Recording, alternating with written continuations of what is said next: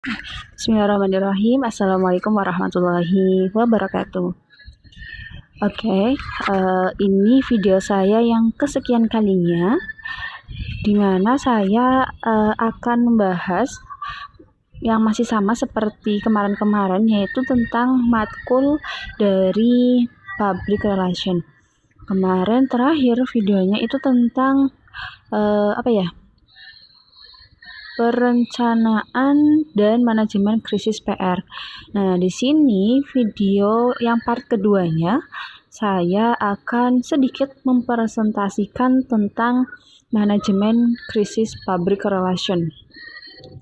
Ya, dilanjut saja. Kalau yang belum nonton, yang belum paham itu perencanaannya seperti apa, manajemen seperti apa, bisa dilihat di video pada pertemuan yang sebelumnya.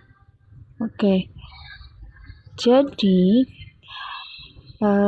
sebenarnya kan dalam menjalankan praktek bisnis nih, setiap perusahaan, baik perusahaan kecil maupun perusahaan besar, pasti akan dilanda krisis. Nah, krisis itu kan merupakan masalah yang timbul dari internal dan eksternal yang bersifat merusak, menurunkan citra, dan memberi dampak negatif bagi brand ataupun perusahaan. Namun, krisis itu juga dapat membuat citra brand dan perusahaan semakin positif jika perusahaan itu mampu mengelola krisis dengan baik melalui manajemen krisis dan melaksanakan manajemen krisis sesuai dengan perencanaan manajemen krisis. Jadi pada saat krisis terjadi, berbagai ketegangan di perusahaan atau organisasi dipastikan akan memuncak, apalagi jika krisis tersebut sudah diberitakan di sejumlah media massa dan juga media online. Jadi, para top manajemen seringkali bingung bagaimana mereka akan menghadapi pertanyaan dari wartawan tentang krisis yang sedang melanda dalam perusahaannya. Contoh nih ya, perusahaan yang mampu mengelola krisis sehingga krisis yang dialami perusahaan itu dapat meningkatkan citra dan reputasi perusahaan. Itu ada contohnya PT Toyota. Ya, PT Toyota Astra Motor atau TAM pada Maret 2021 itu dilanda krisis.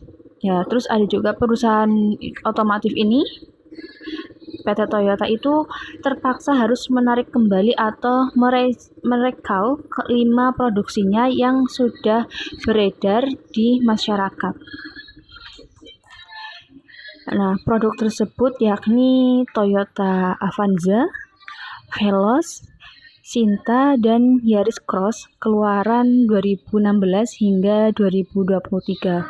Alasan penarikan itu karena adanya cacat produk pada beberapa komponen. Nah, peristiwa penarikan kembali mobil Toyota sempat membuat pemilik mobil itu cemas dan khawatir. Namun, PT TAM segera merespon kekhawatiran pelanggan dengan meminta maaf atas ketidaknyamanan konsumen dan menjelaskan mengapa reksal mobil itu harus dilakukan dan memberikan solusinya, yakni untuk mobil yang direkal itu mendapatkan pelayanan perbaikan gratis, tentunya di bengkel resmi dari Toyota. Ya, penanganan krisis yang responsif, terarah, dan juga cepat itu membuat citra dari Toyota itu tetap positif. Program rekal mobil dilakukan Toyota merupakan upaya organisasi untuk menangani krisis. Nah, upaya itulah yang disebut dengan manajemen krisis. Terus selanjutnya ada tahapan-tahapan kita dalam memanajemen sebuah krisis. Jadi apa sih yang harus dilakukan oleh organisasi untuk memecah timbulnya krisis atau mengelola krisis? Beberapa pakar manajemen merekomendasikan langkah terbaik untuk mengatasi krisis, yaitu dengan membuat rencana antisipasi. Hal itu dapat dimulai dengan perencanaan isu plan atau manajemen isu. Dalam mengelola krisis itu harus diperhatikan dampak negatif bagi publik. Semakin sedikit dampak negatifnya, maka akan semakin besar pengaruh positifnya, dan tentu hal ini dapat meningkatkan citra brand dan juga perusahaan. Nah, untuk melakukan manajemen krisis itu ada beberapa yang perlu kita lakukan. Yang pertama adalah perencanaan krisis. Ya, dalam perencanaan krisis ini, tim manajemen krisis harus mampu mengelola isu.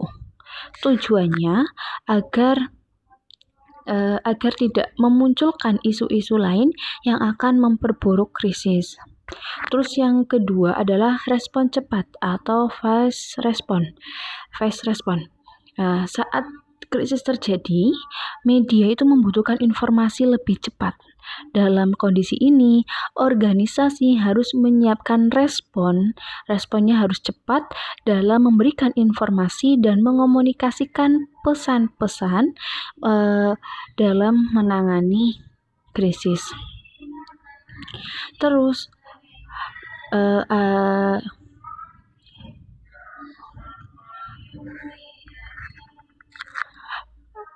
Selnauseger, Ulmer, dan Littlefeet 2009 menyatakan ketercukupan informasi adalah center of variable dalam mempersepsi resiko dan proses komunikasi. Contohnya adalah bagaimana PT Toyota merespon cepat peristiwa cacat produksi pada mobilnya. Nah, ketika kita melakukan respon yang cepat atau fast response, kita harus ada beberapa yang diperhatikan. Yang pertama, itu prioritaskan kepentingan publik. Pada setiap krisis, publik dan perusahaan itu akan mengalami shock. Nah, dalam kondisi ini, perusahaan itu harus memprioritaskan kepentingan publik. Saat ada informasi dari konsumen mengenai adanya ketidakberesan dari produknya, maka hal pertama yang dilakukan adalah jangan salahkan konsumen, tapi lakukan riset terhadap produk tersebut.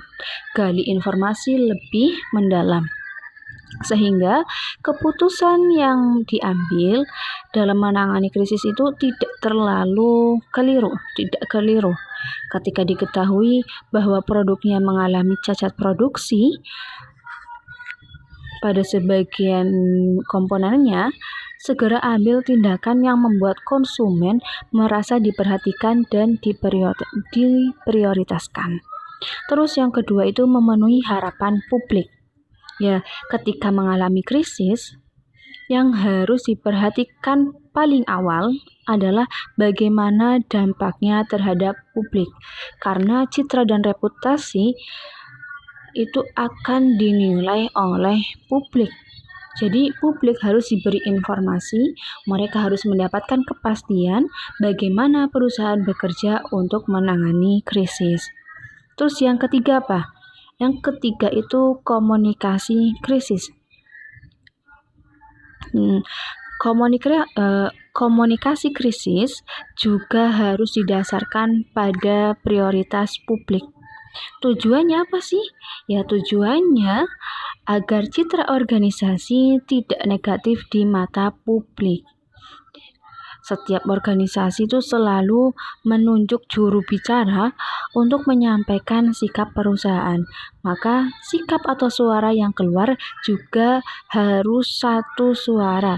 Tujuannya agar publik tidak bingung. Tim komunikasi juga harus menjalin komunikasi dengan berbagai stakeholder seperti media dan juga komunitas.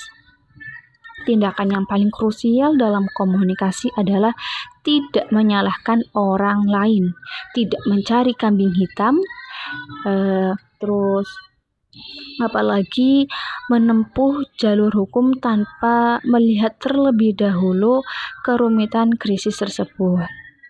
Terus yang keempat itu aspek hukum.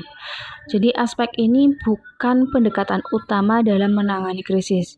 Meski riset Fitzpatrick menemukan 2/3 organisasi di Amerika menempuh jalur hukum dalam komunikasi krisis, tetapi praktisi public relation jarang memilihnya untuk menyelesaikan krisis. Mereka lebih mengutamakan etika komunikasi dan meminimalisir kesalahan yang berdampak pada konsekuensi hukum.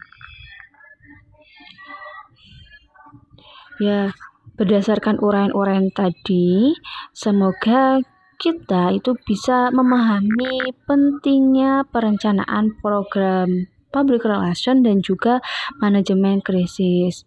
Karena tujuan merancang perencanaan program itu adalah untuk membuat program yang terarah, tepat sasaran, dan mencapai target yang diharapkan.